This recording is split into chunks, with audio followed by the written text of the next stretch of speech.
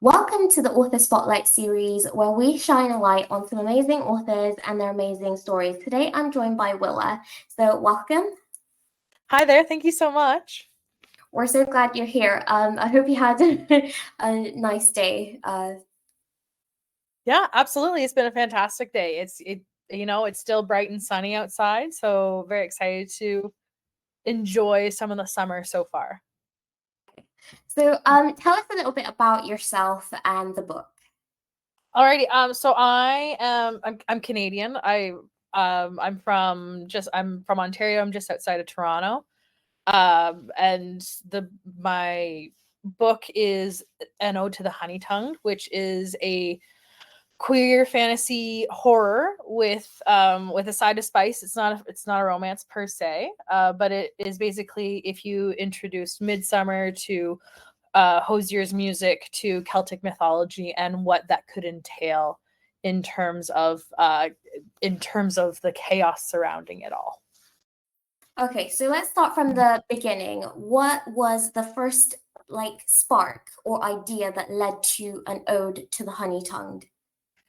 So the first spark I watched, so it was already kind of brewing. I wanted to write a cult novel after watching Midsummer, the 2019 horror movie from with Florence Pugh, and it, like because that it, I still think about the movie to this day. It's one of my favorite horror movies, which is not a genre I usually lean into. And then I went to go see Hosier play in Toronto a couple of years ago, and it was when he was first releasing Unreal and Earth, his newest album, and when he started singing in it was when he was singing DeSelby, I think it was DeSelby Part 1, and I'm watching him and I'm watching the screen start to sort of shift with the stars, and it's sort of turning into this circle of like just sort of this like the classic like hypnotism, you will do this if you like keep watching. It was like one of those like backgrounds almost, but like less kitschy. Mhm. And then he started singing in Irish, and I just remember having the very vivid thought of if he had some kind of magic, we would all just be like, we would be a part of his cult. Like, this would just be like him building a cult. And then, not saying that he would, of course, but it was just that thought process that sort of stuck with me. And then went home after the concert, which a phenomenal concert. Wrote it down, and then that sort of idea kept playing and like kept toying with my mind, and I was like playing, like fiddling with it as I was at my day job, until it sort of like came into this fully fledged idea and novel. Oh wow, that's amazing because every author kind of like has a place where like they start or an idea that sparks it, which you would never really think about, but those themes really transfer into first of all you naming, the book an ode to the honey tongued, and then the themes that are carried on throughout the book, which is like kind of like amazing that you that's where it all started from because it does have a theme and it shows. So that's like fantastic to hear. Thank you. I really hoped that there was a theme in the novel. Sometimes the words just don't make any sense until it's like all together. I think it's like it's kind of like the crux of the author and the writer. It's just like sometimes like you yourself don't know like if it's like translating, but it actually does translate when like it's all together and the readers are, digesting it. Fantastic. I'm so glad. Mayo's life in Pleasantfield is described as mundane and repetitive. What inspired you to create such a setting, and what does it represent for Mayo's internal world? Yeah, so meal, actually, so meal is the French word for honey, which is part of why it was also named Honey Tongued. But with Pleasantfield, there's a movie from 1998 with like Tobey Maguire that's titled Pleasantville, which Mhm. I watched when I was in English class way back when in high school. And it's these kids who get trapped in this perfect like 1950s sitcom world. And I want Meal to feel like I want Meal to feel like this place was so repetitive, and just need like Faye needed to get out, and explore and learn more about the world, like because I wanted to isolate Fair in a way to make it easier for Mabon to come on and pluck Faye out of Fair's day-to-day life. Pleasant Field is a mashup of Springfield and Pleasantville, which are two very common American suburbia towns / city names. I think you'll find there's at least 20 Springfields within America. I may be exaggerating there, but it feels like it. I mean, it's also very popular with The Simpsons. But that was just sort of the epitome of like American suburbia, like that nuclear family, and very heteronormative in terms of the vibes. A lot of what I write is vibe based. But I found I found like it's just a very unassuming American town name. I didn't want it. I wanted Pleasant Field to feel very much like an afterthought. Like this is like everything is very mundane. Nothing extraordinary is happening out of here. And so when Mabon comes through and has his pop-up show where there's and it's all acoustic and it's just this tiny little venue, and that being the impetus for Neil to become his personal journalist throughout the tour, I wanted it to feel like, yeah, this is a jumping off point, but we're never going to ever be coming back to this place. Okay. Yeah. So Mabon is such a mysterious figure. Without giving too much away, what does he symbolize in the larger arc of the story? He's a predator. He not to like I don't want to spoil much, but he is impetus. He is the reason why Neil is able to sort of explore and get out of there. So he is lifting up the voices, but he is also the predator that is he's hunting for something. He's desperate for something. It's that he's passionate about what he does, and he is desperate to stay relevant.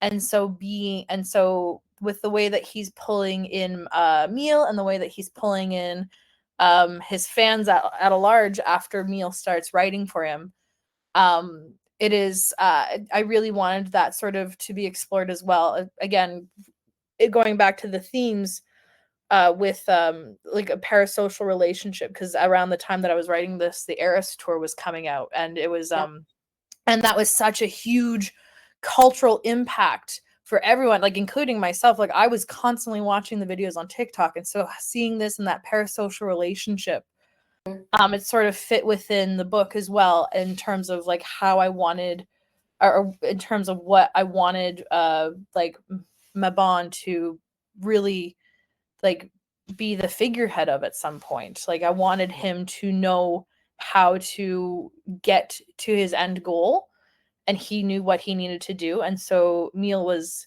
unfortunately part of that piece. It wasn't but they didn't realize until it was a little bit later into the book, and it was like until he finally figured out the best way to get Neil on his side. So the title is both poetic and evocative. So why an ode to the honey-tongued? What does honey-tongued mean in the context of the novel? So I mean, the whole, if you want to break up the title into two parts, you have ode and then you have honey-tongued. And we know that an ode is it's the ode is a lyrical poem that's used to address a particular subject. It's usually written in a varied or irregular meter, or within the constraints of poetry, which I felt really fit with the book as well, especially with the pacing and how eventually it gets to the point where no one really knows what's happening because of the way that Meal is sort of digesting all the information, because we're only seeing it through Faye's eyes. We're not seeing it through Mabon's eyes. We're not seeing it through any of his inner circle. We're only seeing it through Meal's eyes. And so having that like very off kilter was by having Meal be so off kilter was by design. And then with honey tongue, or an ode is also, sorry, I'm going to go back a little bit. An ode is also like a form of praise. Yeah. And it's looking, and it's also considering the fact that Mabon's looking for praise, and he's constantly like getting that external motivation to keep going. It felt like that was also a really important part to encapsulate within the title.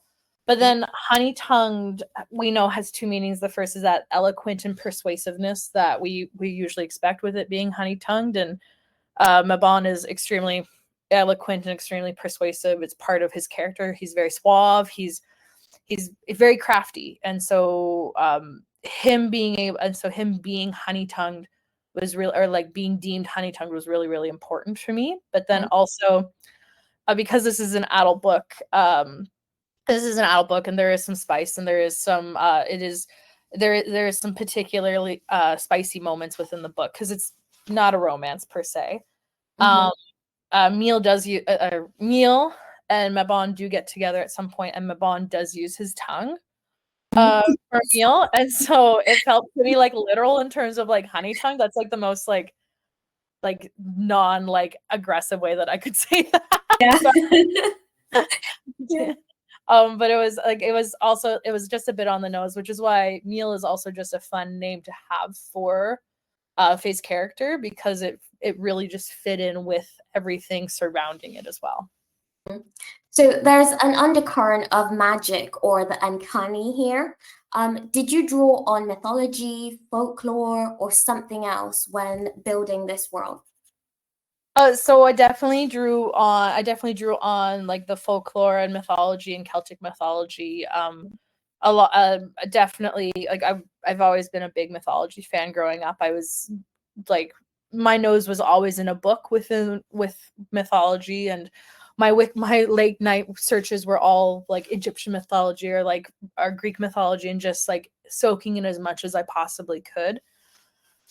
So having this undercurrent of the other world and fairies, especially within Celtic mythology, which is not a mythology I usually like lean towards, but has definitely been one in recent years that I've been getting more interested in. It felt important, especially with the characters the host of characters that I had, but then also that need, the feeling of unease as well within it, because you're building up to this point where these characters are realizing that there's more to it than just a musician trying to gain followers. There's more to it, and so having the uncanny and having the mythology of fairies and the other world, and then how the fairies interact with humans was integral to sort of explain like why some of this could be happening.